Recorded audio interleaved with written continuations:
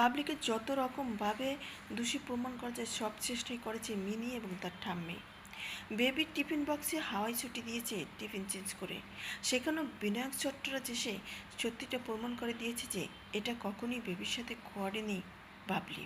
বাবলি বেবিকে দিয়েছিল গোলা রুটি আর সেখানে সস দিয়ে ইসমাইলকে দিয়েছিল, সেটাই চেঞ্জ করে দিয়েছে।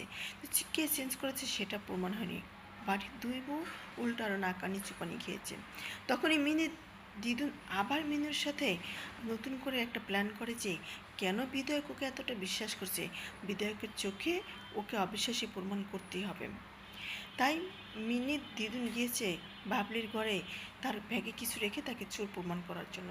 আর বাবলি যখন টাকার ব্যাগটা নিয়ে নিচে আসছিল তখন মিনি বলে যে করেই হোক বাড়ির সবাইকে মিনিমাম 15 মিনিটের জন্য ব্যস্ত রাখতে হবে। ধাক্কা দেয় বাবলিকে। বাবলি সিঁড়ি থেকে গড়াতে গড়াতে নিচে পড়ে যায়। নিচে পড়ে বাবলি যখন চিৎকার দিয়ে কান্নাকাটি করে, উপরে দাঁড়িয়ে মিনি দেখে আর হাসি বলে বাড়ির সবাই এখন ওকে নিয়ে মিনিমাম 15 মিনিট ব্যস্ত থাকবে। বাড়ির সবাই চুপ করে দাঁড়িয়ে থাকে। সেখানে চট্টরাজ এসে বলে তোমরা কি মানুষ? একটা মানুষ ব্যথায় কাতরাচ্ছে, তোমরা দাঁড়িয়ে দেখছো?